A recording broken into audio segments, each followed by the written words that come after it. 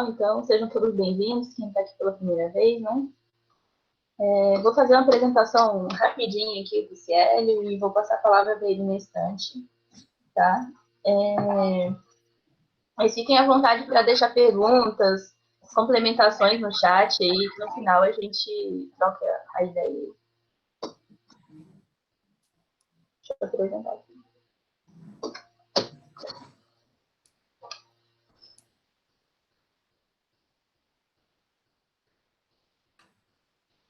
Foi? Está indo. Não estou carregando. Aqui foi. Foi. Bom, pessoal, deixa eu ver se eu consigo colocar a tela cheia. Boa noite para quem está aqui pela primeira vez, novamente está entrando pessoal aqui agora. Eu me chamo Tainá, eu sou aqui da Universidade Estadual do Sudeste da Bahia, que a gente tem um grupinho de estudo, já tem uns 2 meses aí que a gente faz umas apresentações. E deixa eu ver se eu consigo botar isso aqui. E hoje, né, é convite aí, a gente vai falar um pouquinho sobre cianobactérias, né, com o nosso convidado, o Cielo. O Cielo possui mestrado, né, também pelo PPGB, né, o Cielo, pela UFRPE, Universidade Federal Rural de Pernambuco. Atualmente ele também é doutorando, trabalhando com ciano, e é membro do Laboratório de Ficologia, Taxonomia e Ecologia de Microalgas, também na mesma universidade.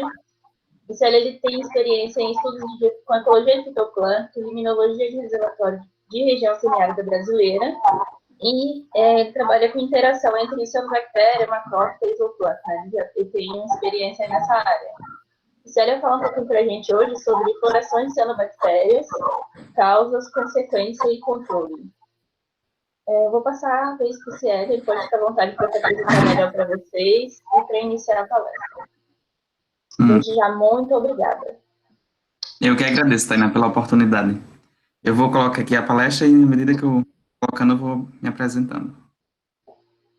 Ok.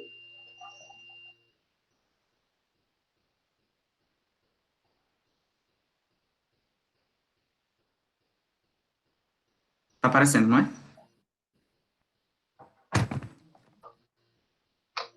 Bom, gente, boa noite. É com grande satisfação que eu estou aqui para apresentar um pouco do meu trabalho, um pouco do que eu venho desenvolvendo durante o meu doutorado no Grupo Ecologia Aquática, que foi uma iniciativa muito importante que a Tainá iniciou há 2 meses atrás e está vindo continuando firmemente até agora e vai continuar.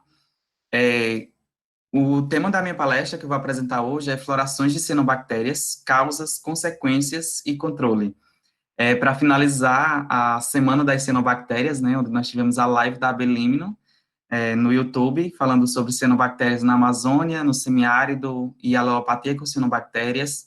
Ainda na sexta, tivemos a palestra aqui no grupo sobre cianobactérias da Antártica, né? E hoje vamos falar um pouquinho sobre as florações de cianobactérias e tratar um pouco das relações dessas cianobactérias com o ambiente, né? Tratando das causas, consequências e do controle das florações. Como o Tainá falou, né?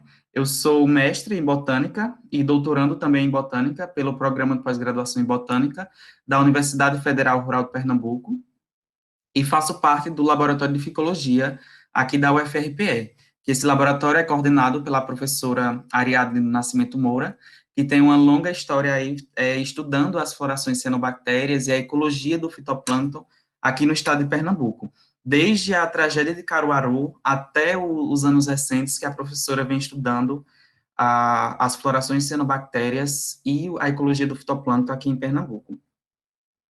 Eu peço desculpas se ficar muito semelhante à palestra da Abelímino, que eu apresentei na sexta, para quem não gosta muito de assistir a mesma coisa 2 vezes, mas eu tentei dar uma mudada, tem algumas coisas adicionais, já que aqui nós temos a oportunidade de ter um tempo maior e até mesmo de ter uma interação maior, já que na live da Abelímino não dava muito tempo para interagir, né, e nem para discutir conversando com as pessoas, então acho que essa oportunidade é bem interessante para discutirmos o que com a pessoa que está falando, né, com os espectadores. A estrutura da minha fala, ela é pautada em alguns tópicos, né? Inicialmente, como tem um público muito diverso, né? Eu vou falar um pouco das cianobactérias, o que são as cianobactérias e qual a importância das cianobactérias. Em seguida, eu vou tratar um pouco das florações de cianobactérias, o que caracteriza uma floração. Falar um pouco das cianotoxinas, a importância do estudo dessas cianotoxinas e alguns casos de intoxicação, especialmente os casos de intoxicação mais conhecidos aqui no Brasil, que foi a tragédia de Caruaru. E só então que eu vou iniciar um pouco dos trabalhos que nós vimos desenvolvendo no laboratório de ficologia lá da UFRPE. Falando um pouco das florações de cianobactérias no Nordeste do Brasil. Em seguida, vamos tratar das causas das florações, das consequências, das estratégias de controle e, para finalizar, alguns benefícios e potencialidades das cianobactérias, algumas aplicações biotecnológicas das cianobactérias. Bem, e para iniciar, sei que tem um público muito diverso, nem todos trabalham com limnologia, ou nem todos trabalham com o estudo das cianobactérias, né? Então, vamos definir o que seriam as cianobactérias. As cianobactérias são organismos procariontes, né? Onde o nome cianobactéria vem do grego, onde ciano significa azul e bactéria significa que são bactérias, né? Organismos procariontes. Então, são organismos procariontes de coloração verde azulada. Esses organismos, eles realizam a fotossíntese, uma fotossíntese do tipo oxigênica, na qual é liberado o gás oxigênio. Portanto, são importantes produtores primários, tanto no ambiente aquático como no ambiente terrestre, onde elas também podem colonizar algumas superfícies, formando os biofilmes, junto com outras bactérias, fungos e outros organismos. Historicamente, as cianobactérias são conhecidas como cianofícias ou algas azuis, são os termos mais populares, vamos dizer assim, para chamar as cianobactérias. E apesar de serem organismos procariontes, terem uma estrutura celular simples, elas apresentam uma grande variabilidade morfológica, o que faz com que elas se adaptem às mais variadas condições ambientais. E apresentam também uma grande variabilidade genética, o que torna de difícil identificação, em muitos casos, e também apresentam uma diversidade imensa de formas e de espécies. Como, por exemplo, nós temos aqui espécies unicelulares ou coloniais, que podem apresentar essa bainha mucilaginosa ao redor das células, ou espécies que são filamentosas. E dentre as filamentosas, nós temos espécies que são homocitadas, quando todas as células vegetativas elas são idênticas em forma e função, ou cianobactérias filamentosas heterocitadas, que são aquelas que apresentam células especializadas, seja na fixação do nitrogênio, como os heterócitos, ou células de resistência, como os acinetos. Aqui nós temos uma cianobactéria filamentosa heterocitada, aqui outra cianobactéria filamentosa heterocitada, se vocês observarem aqui temos o heterócito, e elas ainda podem ser ramificadas, onde podem apresentar ramificações verdadeiras ou ramificações falsas. As cianobactérias, elas foram um dos primeiros organismos a colonizar a superfície da Terra, onde existem registros fósseis de até 3,5 bilhões de anos atrás, né? E esse registro ele é confirmado pela presença das cianobactérias nos estromatólitos, que são os fósseis que registram esses organismos, né? Se vocês observarem nessas imagens, nós podemos, nesses cortes desses fósseis, podemos observar esses organismos filamentosos que comprovam a existência das cianobactérias há cerca de 3,5 bilhões de anos atrás. E um fato curioso é que há cerca de 2,7 bilhões de anos atrás, as cianobactérias elas se tornaram muito abundantes, abundantes a ponto de colonizarem praticamente todas as áreas costeiras do oceano e algumas áreas também terrestres, o que fez com que esses organismos fossem responsáveis por uma grande parte da produção de oxigênio, onde teve inúmeras consequências para o ambiente. A principal delas foi uma das maiores extinções que já ocorreu na história evolutiva da Terra. E essa extinção se deu porque todos os organismos da Terra eram anaeróbicos e não conseguiam suportar a presença do oxigênio na atmosfera. Mas, por outro lado, favoreceu a evolução dos outros organismos aeróbicos, que é a maioria dos organismos que nós conhecemos atualmente. As cianobactérias, elas apresentam uma gama de pigmentos, onde os principais deles são a clorofila A, e que estão presentes em todas as cianobactérias, além das ficobilinas, que essas ficobilinas são proteínas que atuam como pigmentos acessórios, que são de três tipos principais: a ficoeritrina, a ficocianina e a aloficocianina. A ficocianina e a aloficocianina são de coloração azulada, por isso que algumas cianobactérias têm uma coloração verde azulada, devido à mistura dos pigmentos azuis com o verde da clorofila, e, em alguns casos, a ficoeritrina ela pode ser mais abundante. Então, sim, é possível encontrar cianobactérias de coloração vermelha. Além disso, alguns grupos de cianobactérias, elas possuem clorofila B, D ou F. No caso das clorofilas das espécies que possuem clorofila B e D, elas eram comumente chamadas de proclorófitas, que entendia-se que elas seriam as ancestrais das clorófitas. Mas devido aos estudos mais recentes, mostraram que isso não é verdade. As proclorófitas, elas são, de fato, cianobactérias. E elas também possuem outros pigmentos acessórios, como os carotenoides, que atuam não somente no aparato fotossintético, mas também no sistema antioxidativo desses organismos, o que faz com que elas possam suportar as mais variadas condições ambientais, tanto de temperatura como de luminosidade, uma vez que esses pigmentos também podem atuar na proteção UV contra a radiação solar.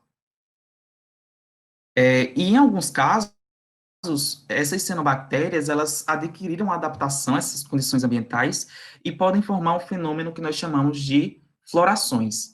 Essas florações, elas são responsáveis pelo acúmulo ou crescimento exagerado das cianobactérias nas superfícies dos ambientes aquáticos, como os lagos, os rios, represas, e isso só é possível devido à presença dos aerótopos, que são vesículas de gás. Se vocês observarem aqui nessa colônia, nas células temos algumas vesículas esbranquiçadas, que são as vesículas de gás, que favorecem a flutuação destes organismos na superfície da coluna d'água. E essas florações causam inúmeros prejuízos para a teia trófica aquática e também na redução da qualidade da água e dos serviços ecossistêmicos. Como vocês podem observar nessas imagens, as florações de cianobactérias, elas alteram a coloração da água, podem proporcionar uma mudança também no odor e no sabor da água, deixando essa água imprópria para o consumo humano, devido a esse acúmulo exagerado da biomassa de cianobactérias. E a problemática é ainda maior devido à possibilidade de muitas linhagens de cianobactérias elas produzirem cianotoxinas, que são toxinas que causam efeitos letais, tanto no ser humano, como em plantas e animais. E essas cianotoxinas, elas são produzidas por uma grande variedade de espécies de cianobactérias, principalmente as espécies de cianobactérias que formam florações nos ambientes aquáticos. Entretanto, são apenas algumas populações que têm a capacidade de produzir toxinas. E se essa população de determinadas espécies de cianobactérias, elas formam a floração, pode ser que toda a comunidade de cianobactérias esteja com essa produção de cianotoxinas, se essa floração for específica dessa linhagem tóxica de cianobactérias. E aqui nós temos alguns exemplos de cianotoxinas que são encontradas nos ambientes aquáticos, como as microcistinas, as cilindrospermopsinas, as anatoxinas, as saxitoxinas. Mais à frente eu vou detalhar um pouco sobre elas. Dentre essas toxinas, né, as microcistinas, elas são as mais estudadas, são hepatotoxinas, ou seja, causam danos no fígado, nos rins, e também podem provocar o surgimento de tumores em tecidos humanos, né? Além de provocar problemas gastrointestinais e danos ao DNA de pessoas que se contaminam com as microcistinas na água. E a principal atuação das microcistinas é através da inibição das proteínas fosfatases nos eucariontes, ou seja, vai causar aí um dano na formação do citoesqueleto das células, gerando sérias consequências, especialmente no fígado e nos rins. E até o momento, são conhecidas mais de 240 variantes descritas para as microcistinas, que variam em termos de toxicidade e letalidade, sendo que as mais conhecidas são a microcistina LR, que foi a responsável pela tragédia de Caruaru, e a microcistina mais letal produzida pelas cianobactérias. Aqui nós vimos a molécula química da microcistina, né, onde é um heptapeptídeo cíclico, ou seja, é um conjunto de aminoácidos, e essa grande variabilidade de variantes se deve à troca de posições entre os aminoácidos. A troca desses aminoácidos faz com que essas citotoxinas elas variem em termos de letalidade. E falando um pouco das florações de cianobactérias no Nordeste do Brasil, nós publicamos um trabalho no ano 2018 na Journal of Limnology, que foi uma revisão de literatura sobre as florações de cianobactérias em corpos de água doce da região semiárida Nordeste do Brasil. Nesse estudo, nós fizemos um levantamento de todos os registros de florações de cianobactérias reportados na literatura para a região Nordeste do Brasil, onde nós compilamos os estudos publicados desde o ano de 1930 até o ano de 2016. Então, nós percebemos que, durante muito tempo, essas florações, elas foram um pouco negligenciadas, mas até porque, devido não terem uma tanta atenção, devido não causarem tantos problemas lá no século passado. Então, os primeiros estudos, não os primeiros, mas quando se iniciou, de fato, a ter uma maior quantidade de estudos com florações de cianobactérias no Brasil, foi a partir da tragédia de Caruaru, que ocorreu em Pernambuco. E a partir de 1996, houve um incremento na quantidade desses estudos, principalmente nos estados de Pernambuco e do Rio Grande do Norte, que são os estados com maior número de registro de florações de cianobactérias no Nordeste. E dentre as espécies que são, os gêneros que são mais comuns aqui no Nordeste, destacam-se o gênero Microcystis, Cylindrospermopsis, que hoje é conhecido como Rhaphidiopsis, Plantotrix, Geitlerinema e Dolichospermum. Essas florações, elas são mais comuns nos estados do Ceará, Rio Grande do Norte, Paraíba, Pernambuco e Bahia, enquanto que os outros estados apresentam florações, mas que não foram registrados na literatura. Um fato que nós observamos também nesse estudo é que as florações do estado de Pernambuco geralmente eram compostas principalmente por uma única espécie, ou seja, eram florações monoespecíficas, enquanto que as florações do Rio Grande do Norte eram compostas por 4 ou mais espécies, indicando florações multiespecíficas. E, pelo menos aqui em Pernambuco, as florações de cianobactérias, elas são muito intensas. E acredito que nos outros estados do Nordeste também estejam nesse cenário, não é? Onde nós observamos nos reservatórios um grande acúmulo da biomassa das cianobactérias, deixando essa água imprópria para o consumo, ou seja, está reduzindo a qualidade da água e também os serviços ecossistêmicos que esses reservatórios eles fornecem para as populações humanas. E o principal problema é devido à grande quantidade de cianotoxinas que está presente nas águas destinadas ao abastecimento humano, tornando o tratamento dessa água um processo muito caro. E como eu falei para vocês, né, uma das maiores tragédias com intoxicações por cianotoxinas aconteceu aqui no Brasil, especificamente no município de Caruaru, que ficou conhecida como a tragédia da hemodiálise de Caruaru, onde em uma clínica de hemodiálise, 116 pacientes, eles receberam uma injeção intravenosa de água contaminada com microcistinas, dos quais 76 vieram a óbito. Então, foi um dos casos que teve maior repercussão de intoxicação com cianotoxinas no mundo. E, a partir daí, o Brasil elaborou inúmeras medidas para tentar estudar melhor essas florações de cianobactérias e essas cianotoxinas, além de propor uma normativa que regulamenta as concentrações permitidas de microcistinas na água para o abastecimento público. Nessa tragédia de Caruaru, foram registradas 3 variantes de microcistinas, tanto na água do reservatório que abastecia a clínica, como nas amostras de fígado dos pacientes que vieram a óbito. Estavam presentes as microcistinas LR, que, como eu falei, é a mais letal, além das microcistinas AR e YR. Além disso, também foram registradas concentrações de cilindrospermopsina na água do reservatório, mas essa toxina, que também é uma hepatotoxina, não foi registrada no fígado dos pacientes.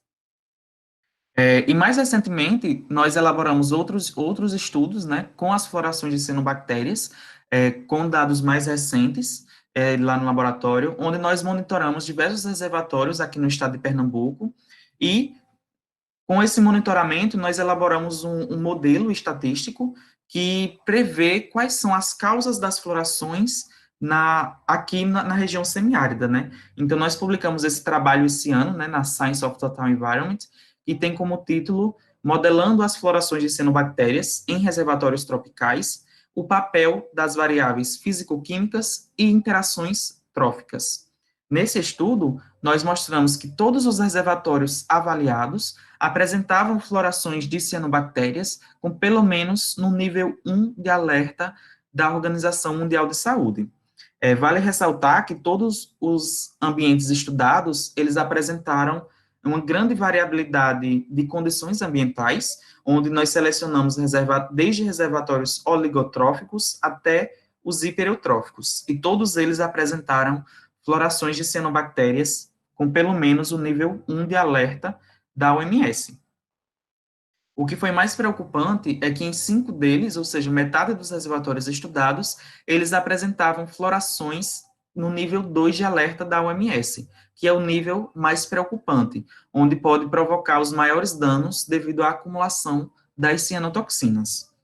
Essas florações, elas eram compostas principalmente por morfotipos de cianobactérias coloniais, com a menor participação das cianobactérias filamentosas, sejam elas heterocitadas ou não heterocitadas, além de uma grande biomassa de picocianobactérias, representada aqui pela área preta, que são cianobactérias de menor tamanho, que também têm sérias consequências para o ambiente aquático. Nessa imagem, eu detalho aqui como que ficou o nosso modelo, né, onde nós mostramos as relações das variáveis ambientais e do zooplâncton com os morfotipos e a biomassa total de cianobactérias. Então, com base nesse modelo, nós observamos que o fósforo total dissolvido, assim como a presença dos crustáceos onívoros na água, né, são os principais fatores que favorecem as florações de cianobactérias e dos 4 morfotipos avaliados. Isso porque o fósforo total dissolvido é o principal nutriente responsável pelo crescimento das cianobactérias, enquanto que os crustáceos onívoros representam os copépodos ciclopoida, que é um grupo de zooplâncton que não é capaz de consumir as grandes colônias e os grandes filamentos de cianobactérias. Além disso, algumas variáveis climáticas, como a radiação solar, a temperatura do ar e, consequentemente, o incremento na profundidade da zona de mistura, favoreceram determinados grupos de cianobactérias, enquanto que a salinidade favoreceu o crescimento das picocianobactérias e das cianobactérias filamentosas não heterocitadas. E isso é muito preocupante, considerando que no semiárido, especialmente na Caatinga, os reservatórios apresentam um alto grau de salinização, onde vocês devem conhecer muitos relatos de água salobra, né, aqui na região semiárida, devido à grande presença de sais na água desses reservatórios, o que pode favorecer ainda mais o surgimento dessas florações de cianobactérias. Com base nesse modelo, nós propomos algumas estratégias que irão servir para orientar, né, o poder público para tentar amenizar os sintomas da eutrofização e as florações de cianobactérias. E dentre essas medidas, elas incluem a redução da área agricultável, né, próxima aos reservatórios, onde a agricultura é uma importante fonte de sais minerais, assim como também de nutrientes, que são carreados para os reservatórios juntamente com os agrotóxicos usados na agricultura. Além do desvio da rede de esgotos para que eles não sejam despejados no curso dos reservatórios e o que poderia reduzir as concentrações de nutrientes na água. Além da biomanipulação, que seria a manipulação das comunidades aquáticas para criar uma cadeia trófica, né, para criar uma cascata trófica e reduzir, assim, a biomassa das cianobactérias. E essa biomanipulação, ela inclui a adição ou remoção de peixes, além da introdução de macrófitas aquáticas, especialmente macrófitas submersas, que têm um potencial alelopático de inibir o crescimento das cianobactérias. Vale ressaltar que a introdução desses organismos, ela deve ser preferencialmente de organismos que sejam nativos da bacia hidrográfica, para não ocorrer o problema de introdução de espécies invasoras. Nesse outro trabalho que ele está submetido, nós mostramos as consequências ecológicas das florações algais sobre as comunidades planctônicas, que inclui tanto o fitoplâncton como o zooplâncton, além do funcionamento do ecossistema, que inclui a capacidade dessas comunidades de absorverem os recursos alimentares. Então, nessas imagens, nós mostramos que as florações de cianobactérias, elas incrementaram a riqueza de espécies do fitoplâncton, enquanto que as florações de dinoflagelados, que é a caixinha marrom, ela reduziu a riqueza de espécies do fitoplâncton. Enquanto que para o zooplâncton, as florações de cianobactérias, que é a caixinha azul, reduziu a riqueza de espécies do zooplâncton, enquanto que as florações de dinoflagelados, as florações incrementaram, né, essa riqueza do zooplâncton, e as florações de clorófitas e florações mistas reduziram a riqueza de espécies do zooplâncton. Efeitos contrastantes também foram observados para a eficiência do uso do recurso, que aqui está abreviado pela sigla RUE, que nós mostramos que, com a presença das florações, não só de cianobactérias, mas também florações de dinoflagelados, de clorófitas e florações mistas, ocorre um incremento na eficiência do uso do recurso do fitoplâncton, ou seja, o fitoplâncton ele aumenta a sua eficiência de captura de recursos, enquanto que o contrário foi observado para o zooplâncton, onde todas as categorias de florações reduziram a eficiência do uso do recurso do zooplâncton, indicando que as florações algais bloqueiam a transferência de energia dos produtores primários para o zooplâncton, ou seja, vai afetar a captura de alimento pelo zooplâncton.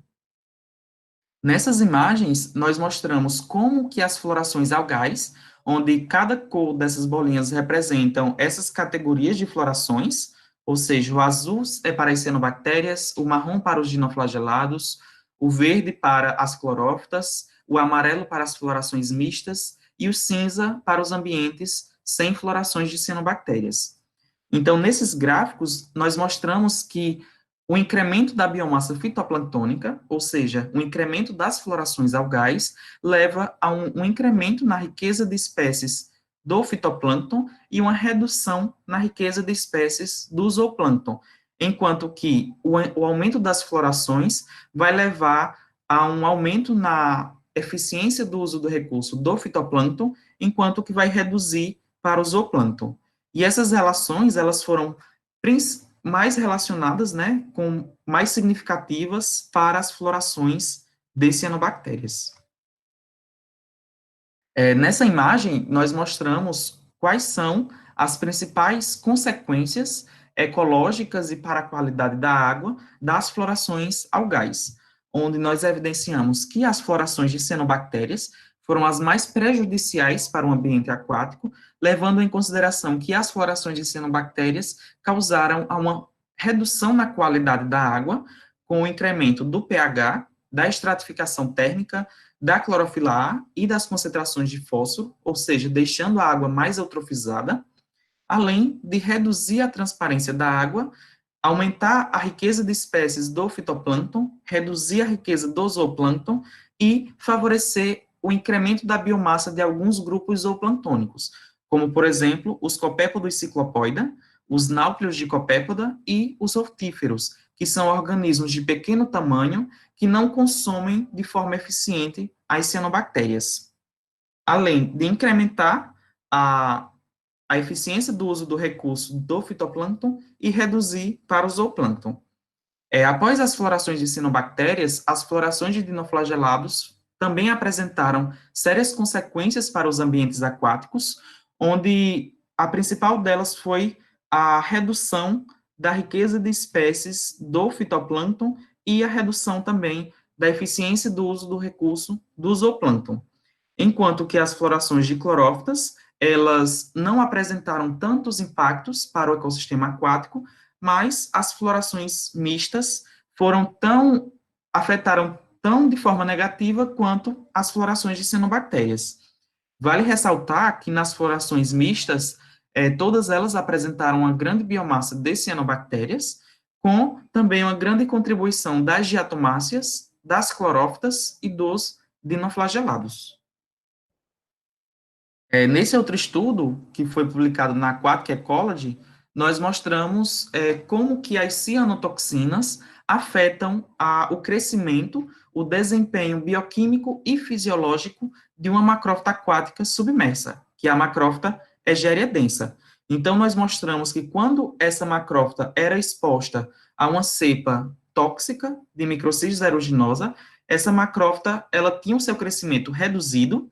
Como vocês podem observar, teve uma das plantas que praticamente morreu, ficou com a coloração muito amarelada, apodrecida, devido à atuação das cianotoxinas nestas plantas, além de reduzir, ou seja, danificar todo o seu sistema bioquímico e fisiológico dessas macrófitas. Enquanto que as macrófitas, quando submetidos às cepas não tóxicas ou no controle, apresentaram um aumento no seu crescimento e até a emissão de brotos e de raízes, indicando que essas plantas não foram prejudicadas quando a cepa não era tóxica ou na ausência das cianobactérias. Vale ressaltar que as cianotoxinas, elas também têm grandes impactos no desenvolvimento dos peixes, onde durante uma floração é comum se observar uma grande mortandade de peixes, principalmente com o declínio dessa floração, onde uma maior liberação das cianotoxinas, levando à morte dos peixes.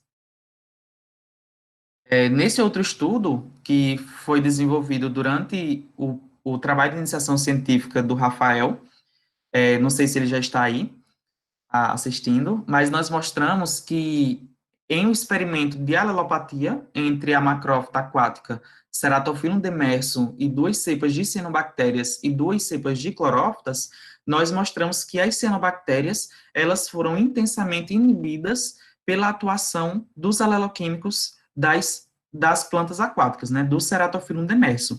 E nós evidenciamos que a cepa tóxica de Microcistis aeruginosa, que é aqui representado pelo MC+, ela foi mais afetada, ou seja, ela foi mais inibida pelos aleloquímicos da macrófita, seguida pela cepa de Microcistis paniformes, que é uma cepa não tóxica de microcistis.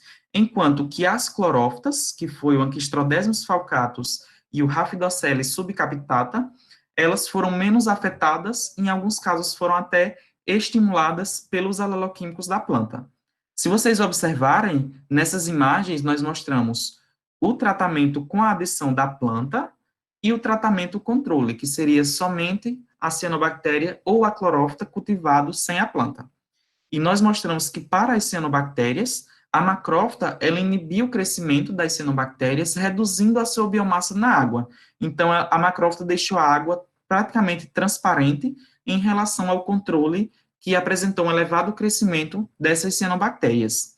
Enquanto que para as clorófitas, se vocês observarem, não houve diferença na coloração entre o tratamento controle, que seria sem a macrófita, e o tratamento de coexistência com a macrófita, indicando que elas foram menos afetadas pelos aleloquímicos. Nesse outro estudo, que foi também desenvolvido no projeto de iniciação científica da Celina, nós mostramos que o controle top-down de um cladócero, que é o Macrotrix spinosa, ele é influenciado pelas variações sazonais da biomassa do fitoplâncton. Então, quando o fitoplâncton ele é dominado por cianobactérias ou quando apresenta dominância de clorófitas, o cladócero ele vai responder de uma forma diferenciada à predação.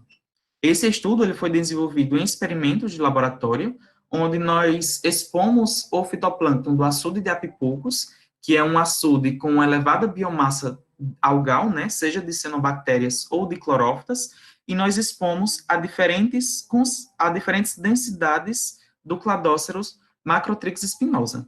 E nós mostramos que quando o fitoplâncton apresentava dominância de cianobactérias, houve uma redução na biomassa do fitoplâncton, mas não tão significativo quanto durante o período chuvoso, onde houve uma dominância de clorófitas.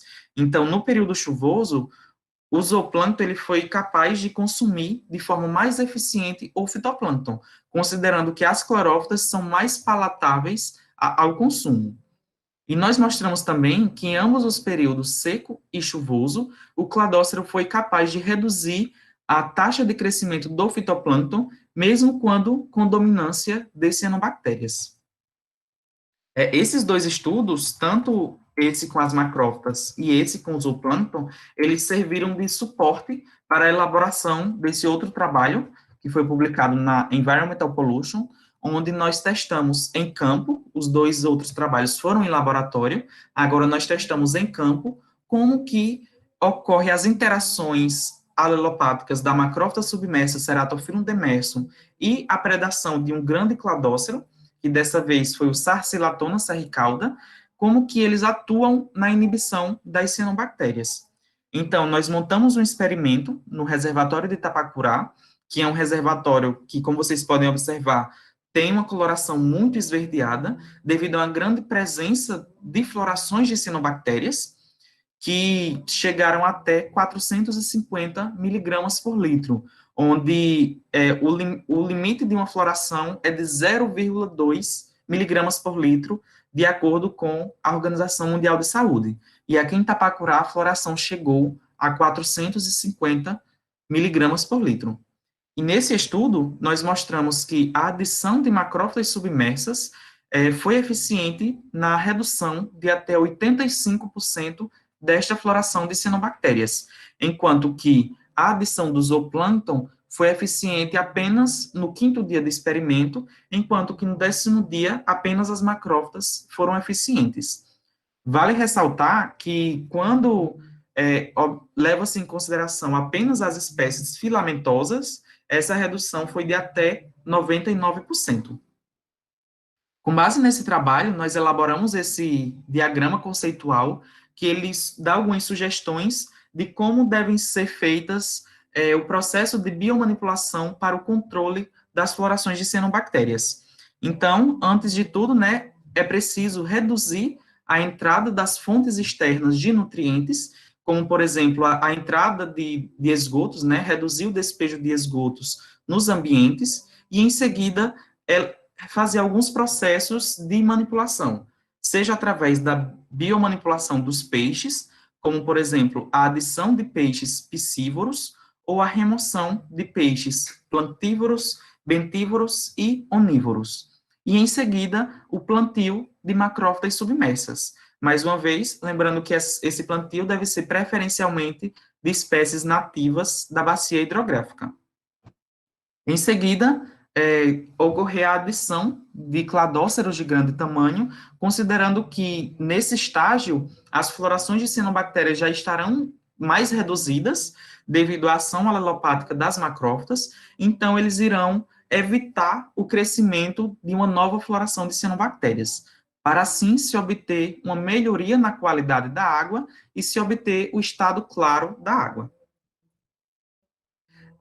Mas até agora eu falei apenas de malefícios, né? Problemas associados às florações de cianobactérias e às cianotoxinas. Entretanto, vale ressaltar que, sim, existem muitos benefícios também associados às cianobactérias para desmistificar um pouco essa característica que muita gente acha que as cianobactérias são apenas as vilãs dos ecossistemas aquáticos. Então, as cianobactérias, elas apresentam inúmeros benefícios, não somente ecológicos, mas também biotecnológicos. E dentre os benefícios ecológicos, eu destaco, elas servem de alimento para os demais organismos aquáticos, especialmente cianobactérias que não apresentam a produção de cianotoxinas, então elas são fonte de alimento para alguns grupos zooplânctônicos e outros invertebrados aquáticos.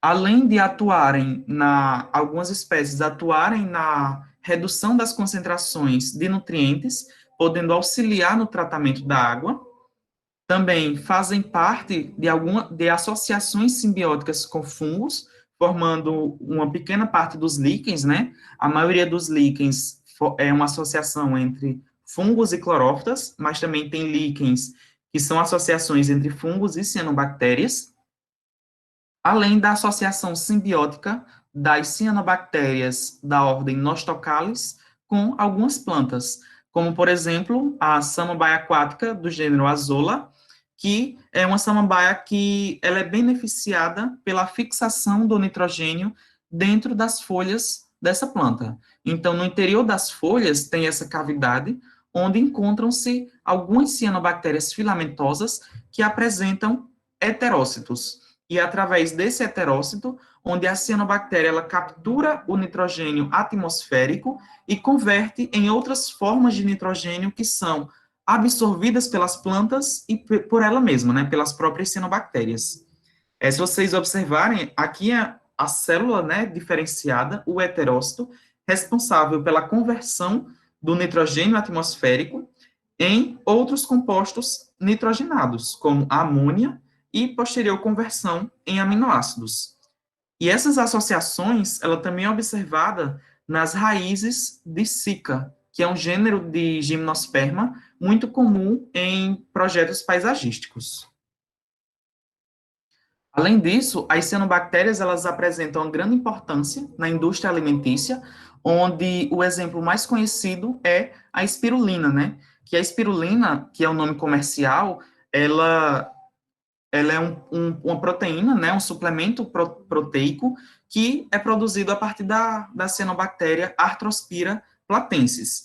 E essa cianobactéria, ela apresenta um teor de 85 a 90% de proteínas em termos de peso seco, ou seja, a maior parte da biomassa dessa cianobactéria é composta por proteínas, o que equivale a 20 vezes mais proteínas do que a soja ou até 200 vezes mais proteínas do que a carne bovina, além de ser uma importante fonte de vitaminas A, D e vitaminas do complexo B.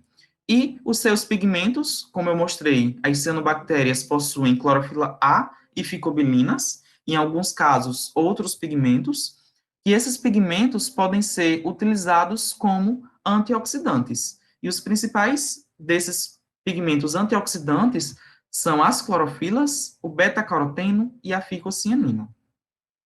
E outra função da espirulina é também no alívio dos sintomas da menstruação, também previne o AVC e atua na desintoxicação do corpo. E é um alimento que é utilizado desde muito tempo, desde a época dos astecas. Outro exemplo, que não é muito conhecido, mas que também é muito importante, é o consumo de nostoc, que não sei se vocês já viram nos solos úmidos, esse nostoc formam colônias mucilaginosas, que tem esse aspecto bem gelatinoso, onde no interior dele temos essas cianobactérias heterocitadas, que são conhecidas como nostoc. E algumas espécies, elas são comestíveis, utilizadas principalmente em saladas, que são utilizados na Mongólia e na China, sendo uma importante fonte de proteínas, cálcio, ferro, vitaminas e minerais. Vale ressaltar que são algumas espécies que são comestíveis. Não vamos achar que todo nostoc é comestível, porque algumas espécies elas podem produzir toxinas. Outra importante aplicação das cianobactérias é na produção do biodiesel, onde algumas cianobactérias elas apresentam elevados teores lipídicos em suas células. Como vocês podem ver aqui, esse é o óleo extraído das cianobactérias, que ele é muito mais concentrado do que alguns outros vegetais. Tem uma maior eficiência na extração do que alguns vegetais. E a vantagem de se produzir biodiesel de cianobactérias é que não é necessário uma grande área de colheita. Não sei se vocês já viram alguns cultivos de algas que em um pequeno tanque é possível produzir uma grande biomassa algal, não só de cianobactérias, como também de muitas outras algas que têm uma importância econômica, e isso se deve principalmente pela facilidade do cultivo, sem requerer tantos investimentos, né? Uma vez que uma água com poucos nutrientes já é favorável ao crescimento das cianobactérias. E a eficiência desses cultivos, ela se torna muito grande, considerando que em 1 hectare de cultivo dessas cianobactérias é possível produzir 140 mil litros de biodiesel por hectare, enquanto que as plantações de milho produzem apenas 168 litros por hectare de plantação de milho. Então, já é uma alternativa para reduzir todos os impactos causados pela agricultura dessas monoculturas, né, que vem degradando cada vez mais aí e desmatando as florestas. E a indústria farmacêutica e nutricional também vem aproveitando as cianobactérias de uma forma muito eficiente, principalmente devido às características antioxidativas, às propriedades antioxidantes das cianobactérias. E diversos estudos relatam isso, como, por exemplo, devido à presença desses pigmentos, como eu já falei para vocês, e também a presença de inúmeras vitaminas que auxiliam não somente como suplemento alimentar, como também é um antioxidante natural. E outro ponto que também é de muito interesse na indústria farmacêutica são as cianobactinas, que são substâncias químicas presentes nas cianobactérias que têm uma grande potencialidade farmacêutica, onde são conhecidas mais de 100 variantes dessas cianobactinas e em 30% das espécies de cianobactérias, onde diversos estudos mostram a eficiência dessas cianobactinas no combate à malária, no combate a tumores, né, ao câncer, e também na reversão da resistência a antibióticos, além de serem utilizados contra antibióticos, como antiviral, e dentre esses vírus destacam-se a atuação contra o vírus HIV, contra o vírus da herpes, o citomegalovírus e o vírus da gripe, além de ser um antimitótico em patógenos, ou seja, reduz a divisão celular em alguns patógenos. E como vocês puderam ver, as cianobactérias, elas não causam só problemas. Sim, as cianobactérias causam uma grande percentual de alguns casos de intoxicação, mas elas também apresentam inúmeros benefícios, tanto benefícios ecológicos, como na indústria farmacêutica e também na indústria alimentícia. E aqui também eu gostaria de apresentar o meu laboratório, né, que é o Laboratório de Ficologia. O Laboratório de Ficologia da UFRPE, ele é dividido no Laboratório de Taxonomia e Ecologia de Microalgas e Macroalgas, no Laboratório de Sistemática e Filogenia de Macroalgas e Microalgas, e no Laboratório de Cultivo e Fisiologia de Microalgas e Macroalgas. Como eu falei, o laboratório ele é coordenado pela professora Ariadne do Nascimento Moura, desde a época da tragédia de Caruaru, onde ela se vinculou à Universidade Federal Rural de Pernambuco e fundou o laboratório, né?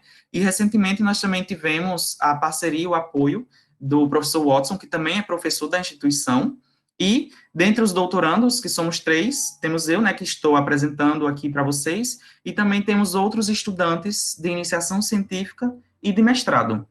Eu destaco também que nossas pesquisas no laboratório, elas são voltadas para o monitoramento dos ecossistemas aquáticos de Pernambuco, tanto na abordagem de monitoramento mesmo, e também com abordagem experimental, onde nós realizamos inúmeros experimentos, tanto em campo como em laboratório, para entender quais são as relações entre as comunidades aquáticas e o ambiente. Além disso, nós temos um banco de cultivo, onde eu isolei cerca de 68 cepas, mas no momento eu não tenho mais todas essas cepas, algumas morreram, e que vem sendo implementada pelo banco de cultivo do professor Watson, com o isolamento de outras cepas de cianobactérias terrestres da Mata Atlântica. E o laboratório ele também está entrando recentemente com uma nova linha, que seria na linha de taxonomia, que é coordenada pelo professor Watson, com a taxonomia polifásica de cianobactérias, levando em consideração inúmeros aspectos, não só morfológicos, como bioquímicos, ecológicos e moleculares, para o posicionamento sistemático das cianobactérias. E obrigado.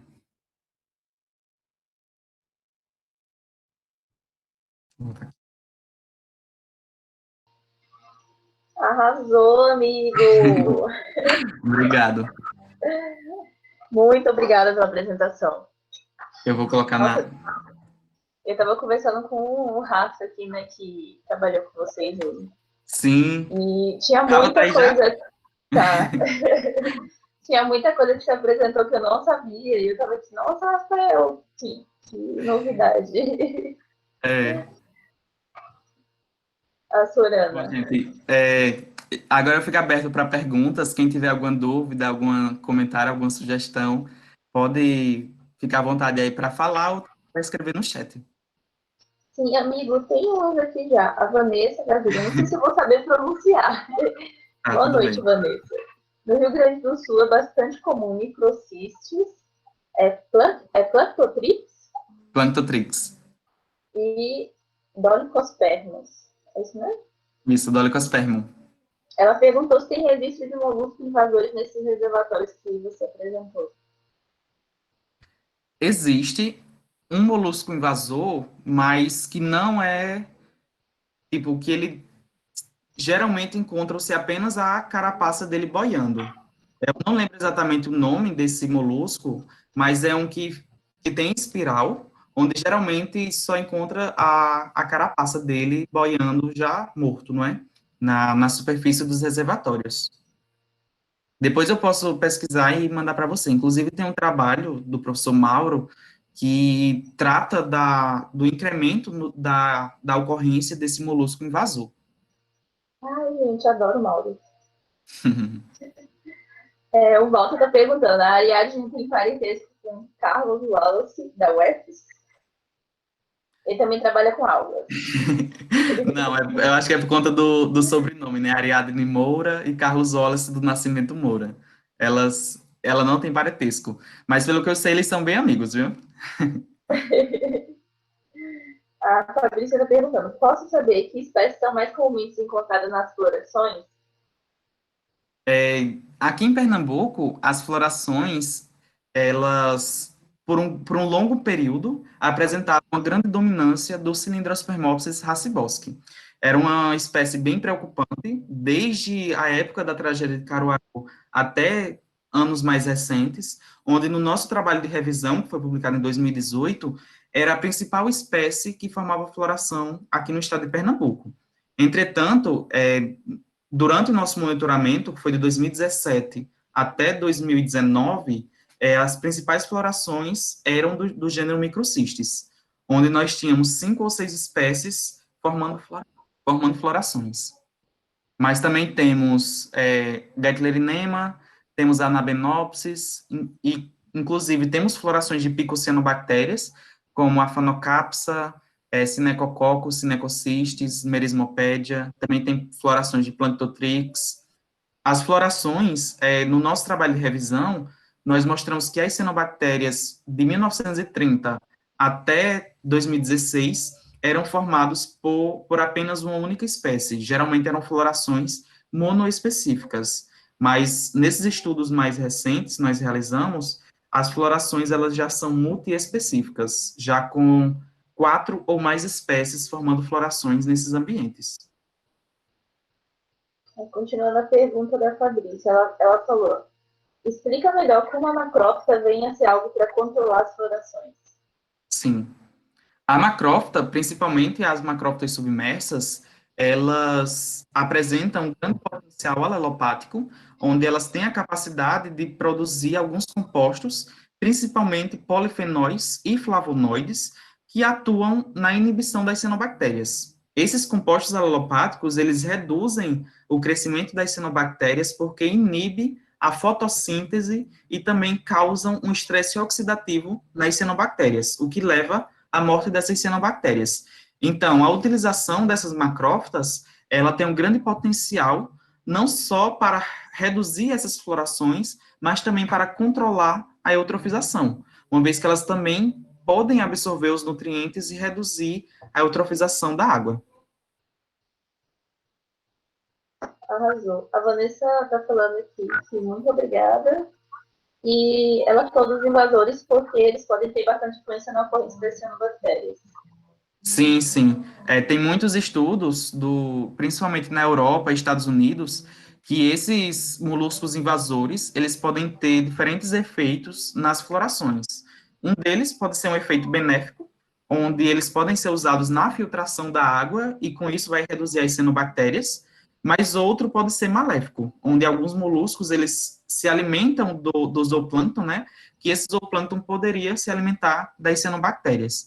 E, em alguns casos, por exemplo, as cianobactérias, elas também podem passar pelo trato digestivo desses animais, tanto peixes como moluscos, e não serem digeridas, porque elas apresentam uma bainha mucilaginosa bem firme. Então, ao invés de elas serem digeridas, elas são favorecidas pelas fezes desses organismos. Então, os nutrientes presentes nas fezes desses organismos fazem com que elas cresçam ainda mais. Mas existem exemplos que os moluscos são utilizados no controle das florações.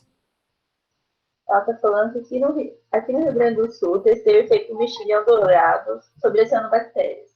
E observei que pode levar a uma predominância dessas no ambiente pela rejeição dos pseudofetos. Você falou agora, né?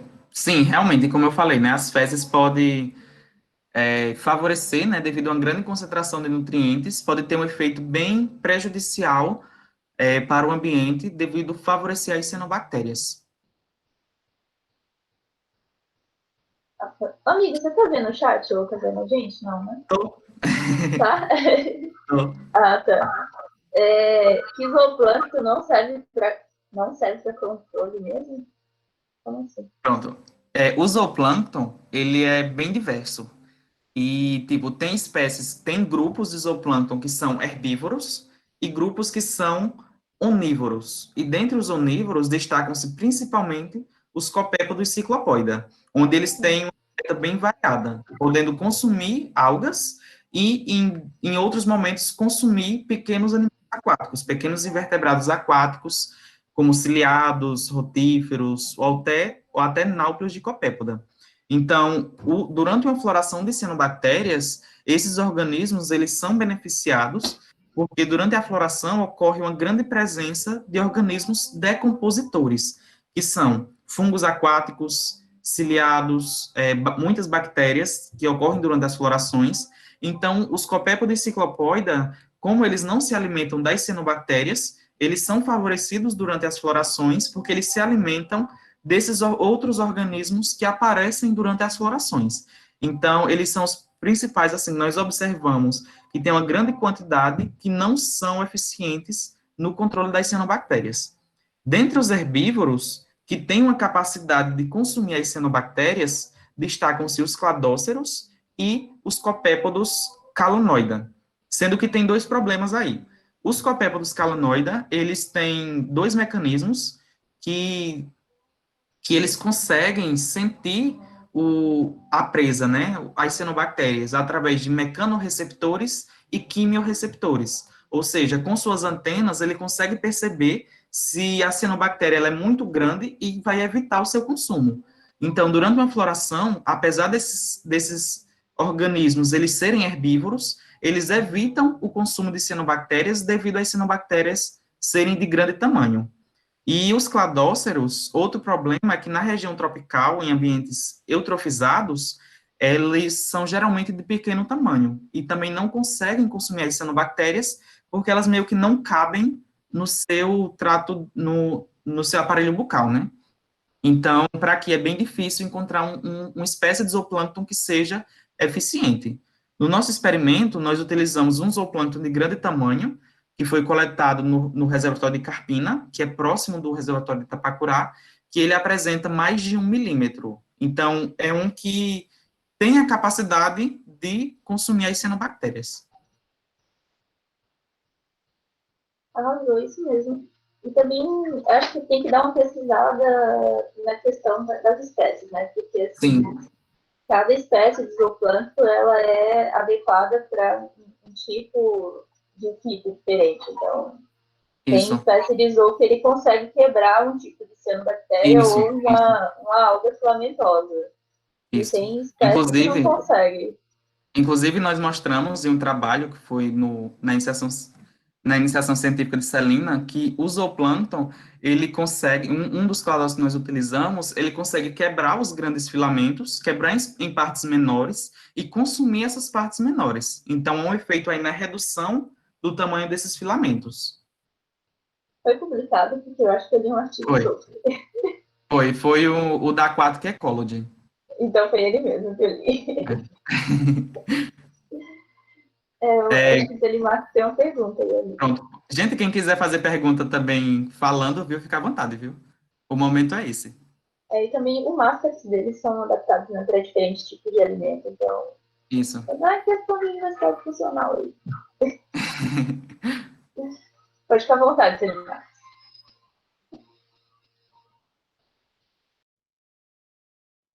Seu Hum, microfone está desligado. Desculpa.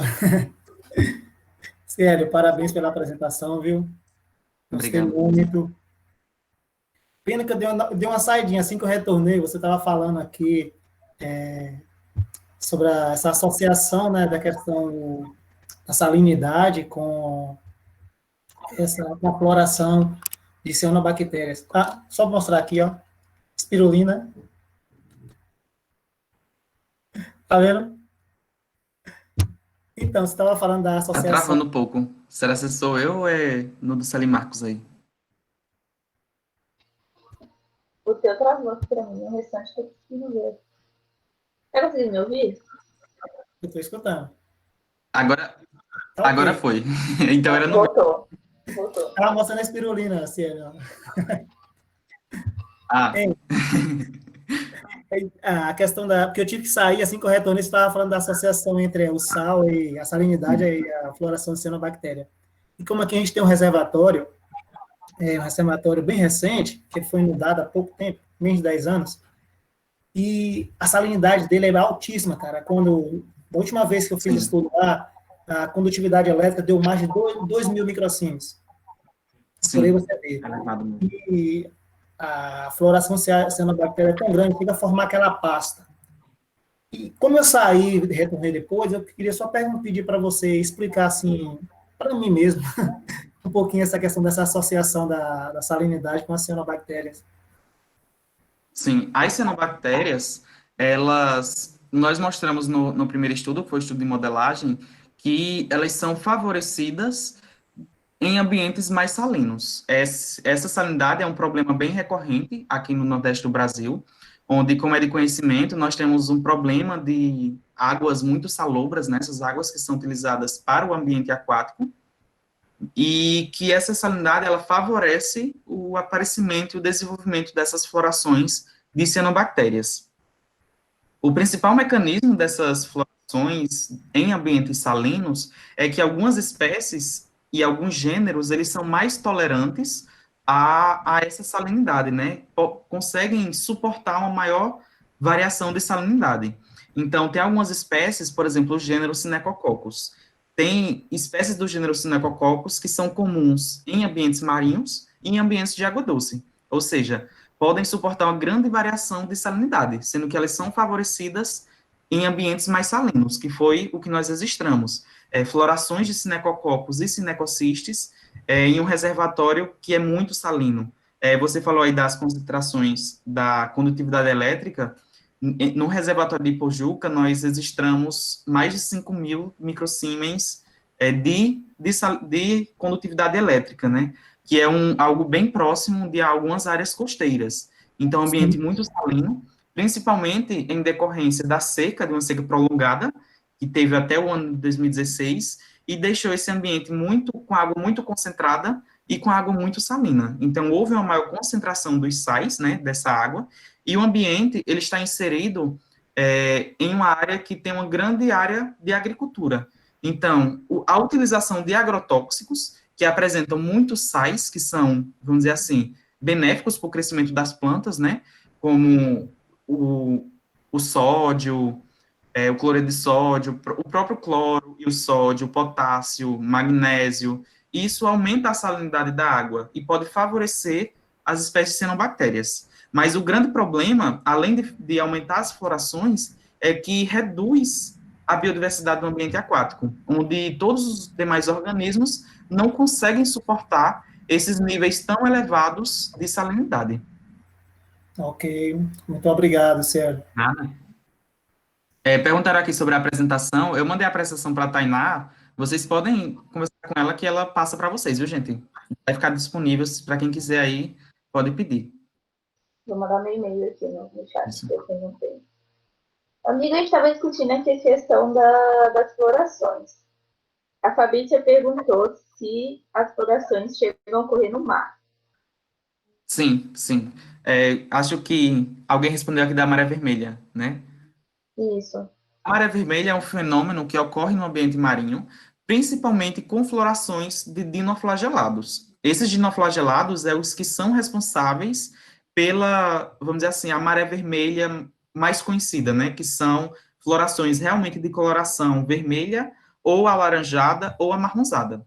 Entretanto, no ambiente marinho, é comum ocorrer florações de picocianobactérias, que são cinecococos, principalmente cinecococos, que geralmente não vai mudar a coloração da água, porque é uma cianobactéria muito pequena, tem em torno de 1 ou 2 micrômetros de tamanho, então é muito pequena e desenvolve-se em grande quantidade, mas não muda a coloração da água. Entretanto, tem algumas espécies de cianobactérias filamentosas, como o Trichodesmium, o gênero Trichodesmium, que pode formar floração no ambiente marinho. E essa floração, ela também é uma maré vermelha, porque essa cianobactéria, ela apresenta uma alta concentração da ficoeretrina, que, como eu mostrei no início da apresentação, é um pigmento de coloração avermelhada. Então, é uma floração de cianobactéria que deixa a água com uma coloração variando entre vermelho e marrom. E essa floração de tricodésmio, ela já foi muito comum aqui no Nordeste, não sei como é que estão os estudos recentemente, mas ela já foi muito comum, e ela já foi associada a inúmeros problemas sanitários aqui na região, onde desde 1960 que essas florações eram estudadas, elas eram chamadas de febre tingui, onde quando ocorria essa floração, muitas pessoas que entravam em contato com a água das praias, né, que tinham essa floração, apresentava alguns sintomas, como náuseas, febre, diarreia. Então, o evento dessa floração ocasionou a febre tingui, devido à transição, né, das toxinas dessas cianobactérias, que durante a floração, com a maré, né, com a batida da maré, essas cianotoxinas eram lançadas no ar com a maresia, e as pessoas que estavam na praia entravam em contato com essas toxinas que iam para o ar e ficavam com a febre tingui, com muitos sintomas. Arrasou. O Rafael estava me falando aqui que o celular dele, o computador dele deu pau, a Rafa, que trabalha contigo. Obrigado pela... O Rafa estava perguntando quando é que vai ser sua defesa, que inclusive queremos uma transmissão ao vivo. Eu vou querer fazer uma transmissão ao vivo, né? Já que não vai ter plateia ao vivo lá, especialmente. Queremos assistir. Está previsto para julho do ano que vem. Arrasou. A Fabrícia está falando Todos se estão pode falar convidados um para a pouco. defesa, viu, gente? A Fabrícia está falando se você pode falar um pouco sobre a importância ou o perigo de se ter células heterocitadas. Bom, as células heterocitadas, elas não têm um perigo, vamos dizer assim, né? Elas, na verdade, são importantes, porque elas participam dos ciclos biogeoquímicos dos ambientes aquáticos, onde elas absorvem o nitrogênio atmosférico e convertem em formas que são utilizadas pelas plantas e pelas cianobactérias. Então, essa aí seria a importância. Pode ter algum problema se essa fixação de nitrogênio ela for muito exagerada, né? O que pode aumentar as concentrações de nitrogênio na água, principalmente a amônia, que é a principal forma convertida após a fixação do nitrogênio. Então, a amônia, em elevadas concentrações, ela pode ser tóxica para os organismos aquáticos, mas geralmente ela é benéfica em ambiente porque ela ocorre em ambientes com baixos níveis de nitrogênio. Se os níveis já forem elevados, as cianobactérias elas não fixam nitrogênio. Elas podem estar lá, mas elas não estarão produzindo os heterócitos. Então, como elas ocorrem geralmente em ambientes pobres em nitrogênio, ela tem mais benefícios do que prejuízos.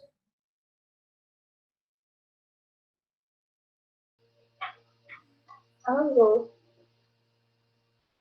Eu acho que é isso, não sei, o pessoal tá meio recluso hoje, não quer falar muito. É. Gente, se quiserem falar, podem ficar à vontade, viu? Não fiquem com vergonha, não. Tô chamando o Pedro aqui no privado, Pedro Morari, porque ele sempre dá as caras nas reuniões, ele tá muito mais recluso. Mas é isso, sério. Eu acho que eu tenho umas perguntas até. Sim, podem ficar à vontade. Existe algum oceano que ela seja mais tóxica? Não sei se você falou na sua apresentação. Existem toxinas que variam em termos de letalidade. Toxinas que causam mais prejuízos ao ambiente aquático do que outras. Por exemplo, as espécies que produzem saxitoxinas, essas saxitoxinas, elas são mais prejudiciais ao ambiente do que outras toxinas. Então, as saxitoxinas, que são neurotoxinas, né, podem causar danos no sistema nervoso, elas têm uma vida útil menor, então elas são facilmente degradadas no ambiente aquático. Quando ocorre a lise celular da cianobactéria, essa toxina ela é liberada do ambiente aquático e essa toxina ela pode ser rapidamente degradada, tanto pela ação da radiação solar, como também pela oxidação mesmo na água, né? Entretanto, as microcistinas, que também têm uma grande letalidade, né, uma grande toxicidade, elas têm uma vida útil mais prolongada, então elas podem permanecer por mais tempo na água e podem até se bioacumular na teia trófica. Ou seja, se um zooplâncton começa a cianobactéria, ele vai acumular essas toxinas no seu corpo e os peixes podem se acumular também essas toxinas, passando assim para o homem que consome o peixe de ambientes contaminados. Eu acho que deu uma cortada. Vocês conseguiram me escutar? Sim, sim, eu consegui. Não sei se Conseguiu, é né? o pessoal. Amigo, eu não sei se você sabe, provavelmente você deve saber, né? Mas que eu. Tem alguma parte na resolução econômica que fala da quantidade de ciano permitida? Não tá boa hoje, hein? Deu uma cortada aqui. Vocês estão conseguindo me ouvir, gente? Agora eu tô conseguindo, Tainá. Conseguiu? Acho que tá dando uma conexão muito ruim aqui agora.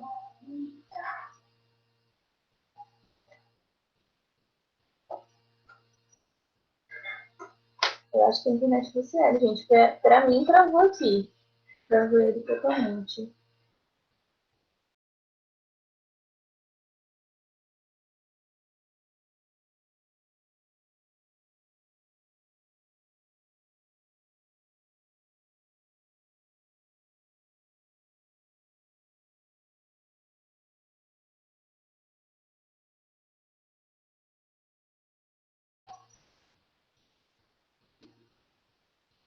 Então, eu acho que a net dele caiu ou travou totalmente. Vou mandar mensagem aqui no WhatsApp.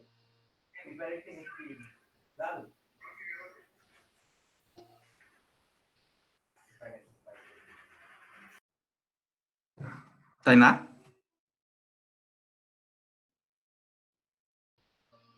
Oi, amigo, tá me ouvindo? Agora sim, depois desse longo período de falha aí. Ai, descompartilha a tua tela, amiga. Acho que fica menos pesado, não? Tua tela tá compartilhada ainda. Não Ah, sei como é sim, que funciona o Meet. eu vou tirar aqui.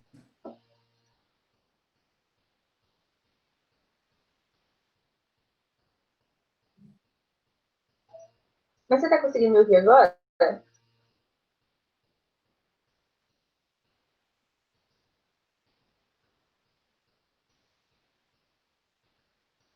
Tô ouvindo, sim. Eu perguntei se tem alguma parte na resolução CONAMA que fala alguma coisa sobre a quantidade de ciano positivo na água.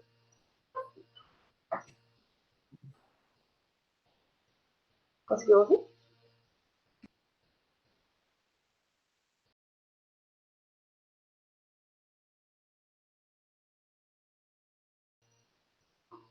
Tá, gente? O nosso palestrante saiu. Coisas do Meet.